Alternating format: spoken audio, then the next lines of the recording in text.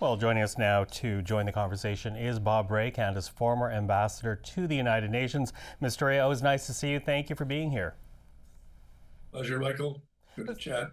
As always. So I want to begin with the wisdom of this video message, because I do wonder how wise it is for the Prime Minister to be so vocal about, these doubts about the Americans with CUSMA up for review in July.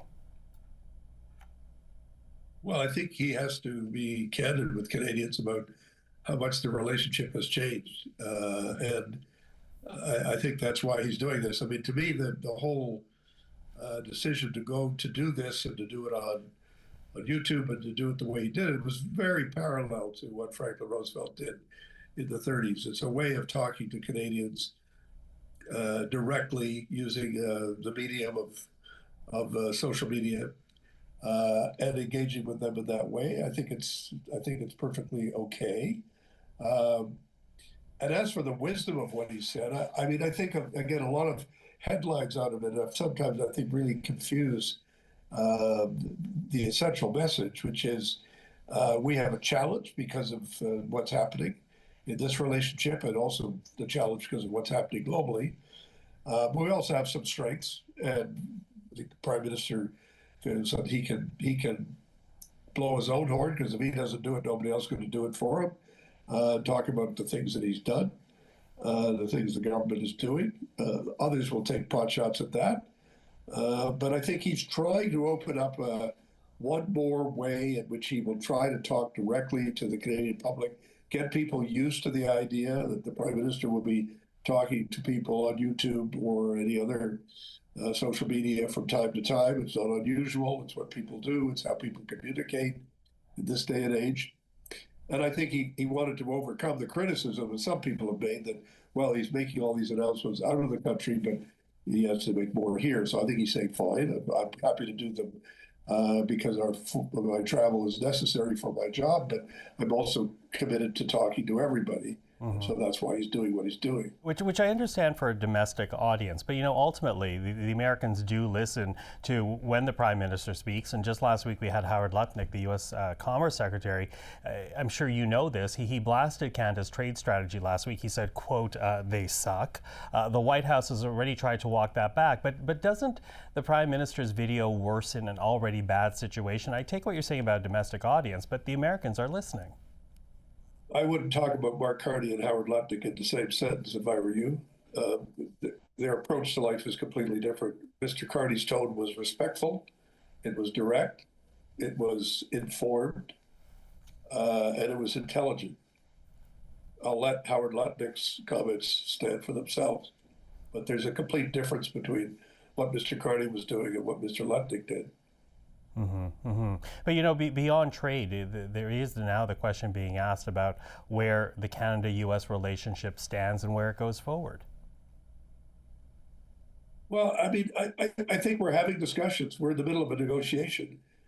We've also done a number of things with respect to our defense and our security policies. We're taking a number of steps. We're being very forward leaning on areas where the Americans have been saying, you should do more, you need to do more. We've addressed the Arctic frontier questions. We're looking at security issues more broadly. The government is making huge investments in defense and other important infrastructure issues important for Canada and for the U.S. Those are all taking place, and frankly, we always like to say they speak for themselves, but nothing speaks for itself unless you speak for it as well. And I think the Prime Minister is quite right to be doing that. I don't find what he said disrespectful in the least. I think it's simply a description. Somebody puts a 50% tariff on some of our key industries. Somebody makes investment in our auto sector much more difficult because of the other policies that the government of the United States is following.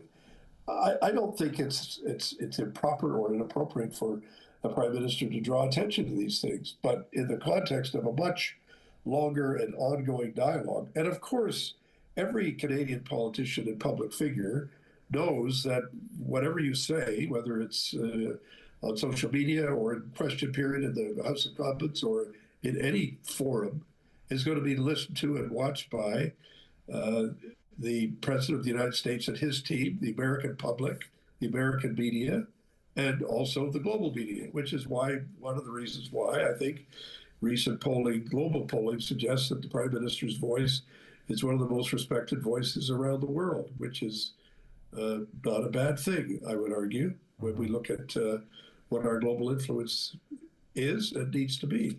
Yeah, global influence, and we certainly have seen reflections of that. We had the president of Finland here in Canada just last week, but I do wonder about where things stand in terms of a historical context, because it's already now 65 years since John F. Kennedy addressed Parliament. And at the time, you know this very well, this is what the U.S. president said of the Canada-U.S. relationship: geography has made us neighbors, history has made us friends, economics has made us partners, and necessity has made us allies. Is the spirit of that sentiment now dead, Mr. Rae? Well, first of all, I don't think it's dead. But secondly, if it's damaged, it's not Mr. Carney who's damaged them. Let Mr. Trump use those words and then follow those words with deeds. We have quite the opposite. I mean, Howard Lutnick might want to take a look at that speech.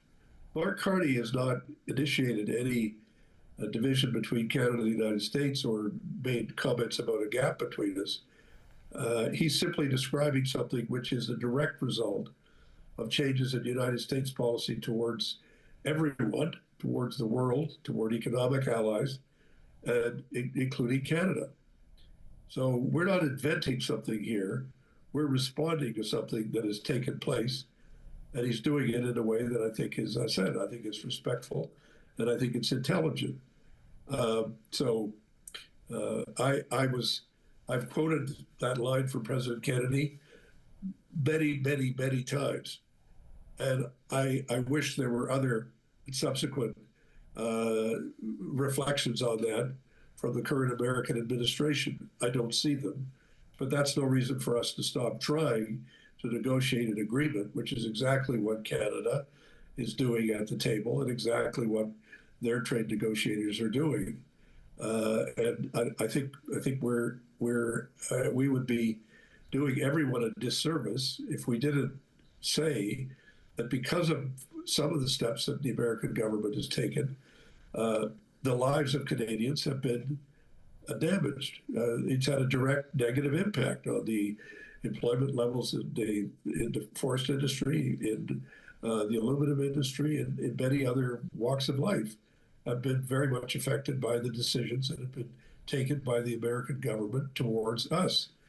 And I think it's important to understand that things can be repaired, things can be improved, but we all need to understand the consequences of what has been done so far and what has happened. And we have to respond in our own way, but certainly above all with a level of candor, which I think is entirely appropriate. And I would suggest, Michael, that if the Prime Minister didn't respond in candor and describe in candor what has gone on, that you would be the first one to say that the Prime Minister is not responding to these broad attacks on our economic health. And the Prime Minister has an obligation, a responsibility. His first obligation is to the people of Canada. He knows that perfectly well. And that's why he's responding the way he is. Bob Rae, always appreciate the time. Thank you for this. Thank you. Nice to talk to you.